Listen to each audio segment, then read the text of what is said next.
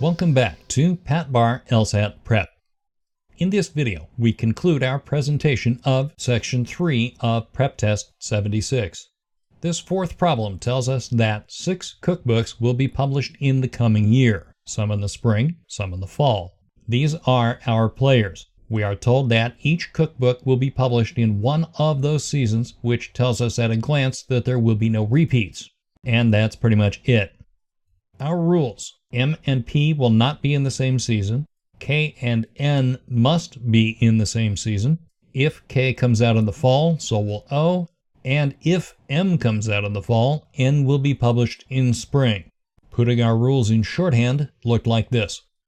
The first thing that struck us is that M and P will be in different seasons, and the placement of N respective to M depends on whether M is published in the fall. Otherwise, we don't know about N yet. So we chose to map out 2 different scenarios, one placing M in fall and P in spring, one the other way around. We have a few more spots we can fill in. In scenario 1, M is in fall, so N is in spring, and if N is in spring, so must K be. These are the only rules we can apply to scenario 1, but that places 4 of the 6, leaving L and O floating off to the side for the moment. As for scenario 2, we can't do much yet, except that if K is in the fall, so is O, and K and N must be together, so that will be a trio if K is published in fall. Otherwise, only Rule 2 applies.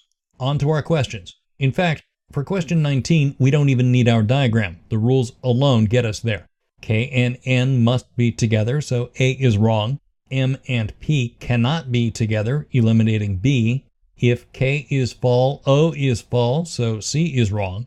And if M is fall, N is spring, which eliminates D. We know without checking that E has to be correct. Question 20 wants to know which 2 cookbooks could join M if M is published in the fall. Here's where diagramming makes the correct answer jump off the page. We know we are in scenario 1, and we know M is alone in the fall, and the only 2 that can fill in those slots are L and O. C is correct. Question 21 wants us to find what could be true if N is published in the fall. This has to be a scenario 2 problem. So M is not fall, P is not spring, and neither K nor O is spring. Again, the only possible solution is L in fall, and B is correct. Question 22 asks, which answer fully determines the publishing schedule if it's true? Here is where you want to be careful that you are answering the question posed. Fully determined in this case means fully determined. If a cookbook can still fit in either season, it is not fully determined. 4 of our cookbooks are set in scenario 1, leaving 2.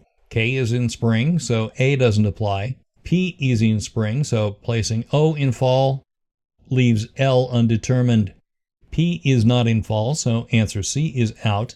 K is in spring, so placing L there leaves O floating. M and L in fall leaves O floating. So much for scenario 1. Nothing works.